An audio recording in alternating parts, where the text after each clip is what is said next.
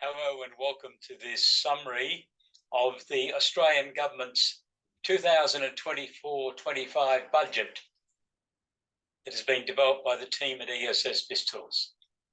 I'm Peter Towers, Managing Director of ESS BIZTOOLS, and welcome to another federal budget overview. Last night, the Federal Treasurer, Jim Chalmers, delivered the third Albanese government budget, and we have prepared a summary, particularly relating to the SME components of the budget. And at first I thought there wasn't too many, but the more I delved and read other articles, it was obvious that there was quite a bit of information there. Perhaps not headline-grabbing articles, but nevertheless, they are there. So in the newsletter, which we have uploaded, and you can download, remove the ESS BIZTOOLS branding and insert your firm's branding. And then I'd be very happy if you were able to forward the newsletter onto your clients and prospects. And my suggestion, please follow some of your clients up in the next week, particularly if you believe that some of the material that the government has identified will be introduced once the legislation is passed, of course, so that you can keep in touch with those clients to help them to prepare applications or take action to secure that funding. Pardon me. So what we've provided to you is the budget summary, and then we go into the SME initiatives. The headline act, of course, is the $325 small business energy relief that is available to approximately 1 million small businesses who are on the small customer electricity plans. The instant asset write-off has been continued for another 12 months. That's the $20,000 expenditure available for companies or businesses, with turnovers under $10 million.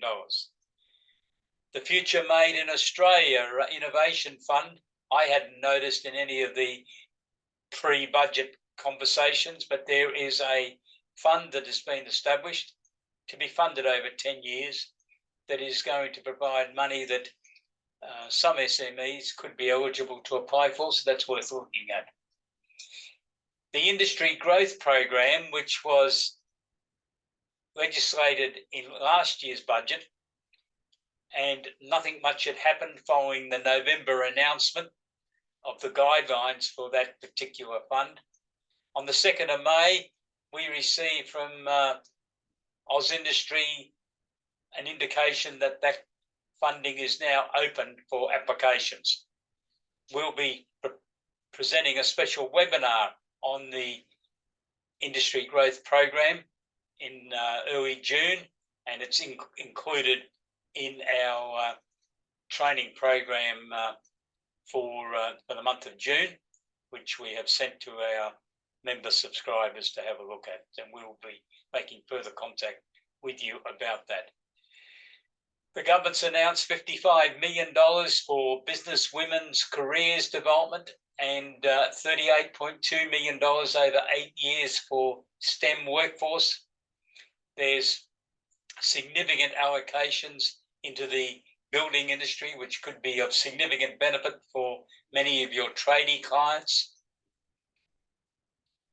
And there's funding for agricultural activities, primarily to prepare for the effects of climate change and drought.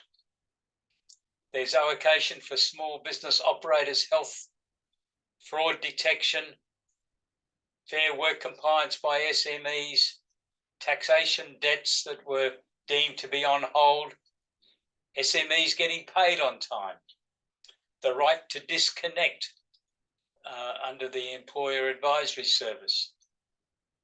And we have mentioned the housing development that's going to be available in the Northern Territory, which could be of benefit to many SMEs.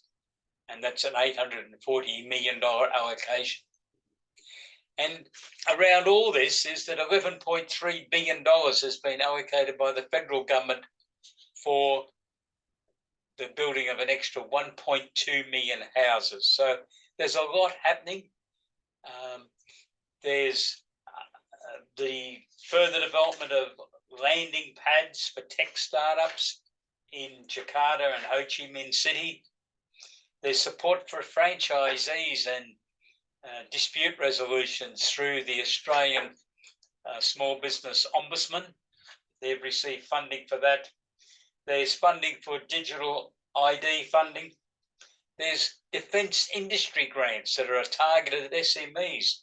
$183 million has been allocated. So perhaps you should be talking to clients that might want to bid for some defence industry work. And there's a grant for self-employed veterans. They can access up to $400,000 over a 3-year period. This is part of the Supporting Veterans Owned Business Grant Program. So there's a lot happening. We've also included more general information that will be of benefit to some of your clients who are involved in those industries. Relating to health, there's 24,100 additional home care packages.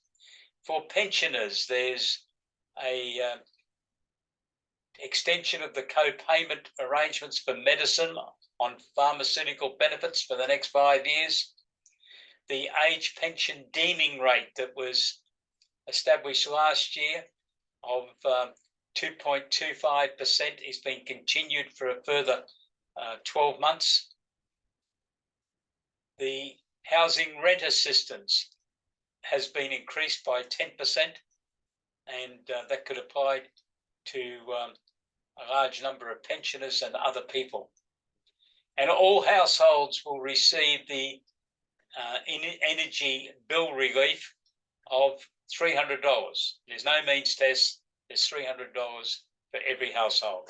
We also have mention of some new benefits for universities and for students, particularly the $3 billion write-off of debts owing by universities, and some funding for some pre-university training and additional TAFE training for apprentices. That's the summary that we've prepared on the federal government's budget.